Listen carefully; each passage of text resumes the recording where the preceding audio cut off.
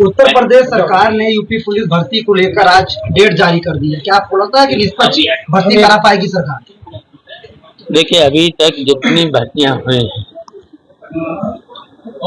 वो सरकार ठीक से नहीं करा पाई। पर्चा लीक का तो जितने बार इनकी भर्तियां हुई पर्चा लीक हुआ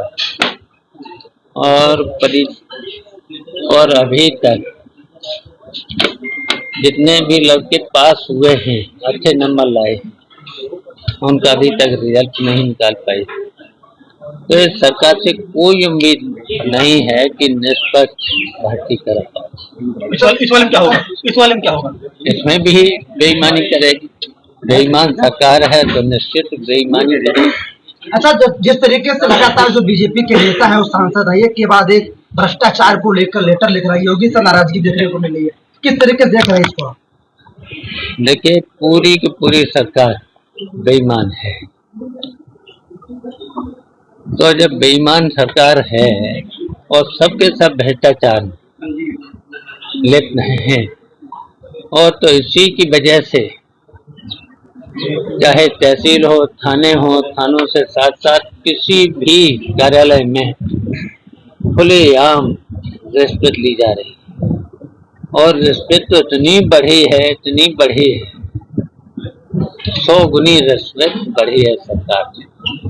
तो आज जिस तरीके से सरकार बात करती है भ्रष्टाचार मिटाने की, आज बलिया में एडीजी, डीआईजी, एसएसपी को छापा मारना पड़ा, पुलिस कर्मियों को पकड़ना पड़ा, उनके कमरे से काफी पैसे और सामान बरामद हुए। किस तरीके से भ्रष्टाचार को लेकर सरकार कार्रवाई कर रही है?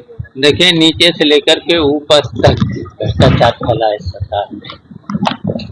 तो भ्रष्टाचार जब ऊपर से नीचे तक फैला है तो पूरी तरह से ये सरकार भ्रष्ट है। तो आप तख्ता पलट क्यों नहीं करते? अखिलेश यादव ने कहा कि 100 लाख सरकार बनाओ। तो फिर इंतजार करो, आप लोगों को भी तो इंतजार करना चाहिए। मानसून ऑफर था, क्या ऑफर आप लोग का बरकरार है अभी? बिल्कुल बिल्कुल, जैसे ही सरकार तो गिरेगी लेकिन इंतजार करें। क्या चल रहा है कि केशव मौर्य और बाबा जी क्या चल रहा है? लगातार खबरें आ रही है वो सबको पता है, क्या चल रहा है? पूरा देश को पता है। आप क्या चल रहा है पता कर लेना, अगर नहीं पता है तो कर लेना पता। अच्छा, जिस तरीके से सरकार अब आउटसोर्सिंग की भर्ती में भी आरक्षण देने जा रही है उपचुनाव से पहले, किस तरीके से उसको आप देखते हैं? अच्छा, आउटसोर्सिंग नौकरी जो दी जा रही है ये कोई नौकरी थोड़े, और नौकरी में आउटसोर्सिंग में कितना वेतन देंगे? 14,000 में 2,000 तो पहले ही ले लेते हैं, रिश्वत ले लेते हैं। उन्हें मुश्किल से 8,000 10,000 रुपये मिलते होंगे। तो 8,000 10,000 में किसी का परिवार चल जाएगा?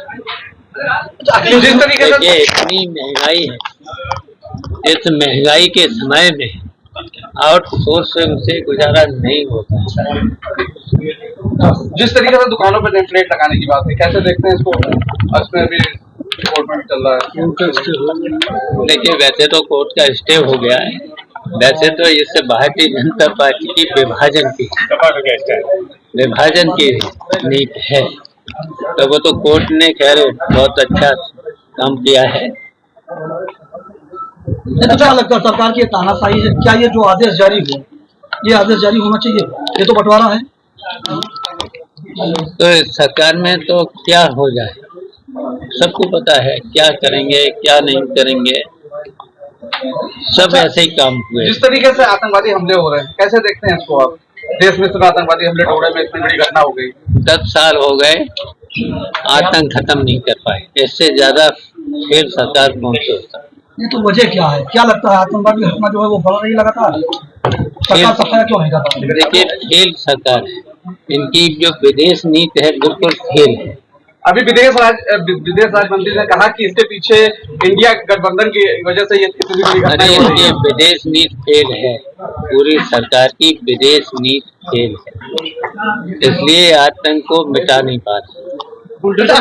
आपका क्या कहना है? बुलडोजर के बिल्कुल बहुत घटिया, बुलडोजर चाहिए, बुलडोजर चलने से क्या हुआ? ये तो देखिए कहीं किसी ने अपराध किसी ने कर दिया है तो किसी ने कर बुलडोजर चला।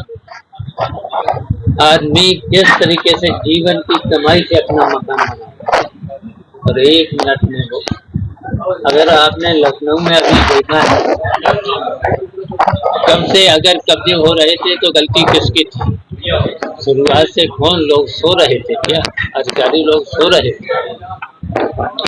मकान बनने से पहले इनको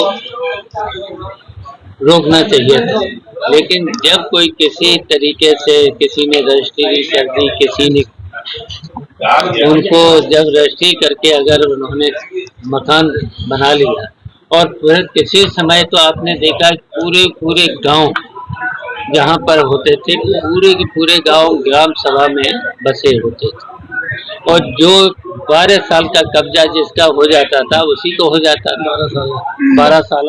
तो बुलडोजर नीति में क्या मसौदा देंगे सरकार को? क्या इसमें बदलाव नहीं, नीति है ही नहीं, ये तो जबरदस्ती है सरकार की।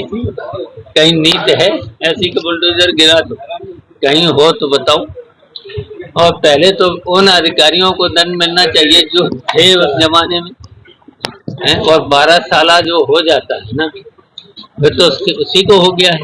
मोदी सरकार जैसे कहती थी कि हम पाकिस्तान में घुसकर हम आतंकवादियों को मारेंगे, क्या कहेंगे आतंकवाद को लेकर इस समय जो स्थिति है? हमें तक तो घुसपैठियों को मार नहीं पाई किसी को, अपने ही लोग मरवा दिए। अखिलेश यादव जी ने कहा है कि बीजेपी में सारे गुंडागर्दी लोग पहुंच गए हैं, कितनी सहमत उनके बात से आप? तो उनकी तो बात जो होती है उसमें तो सहमति है हमारी पूरी तरह से।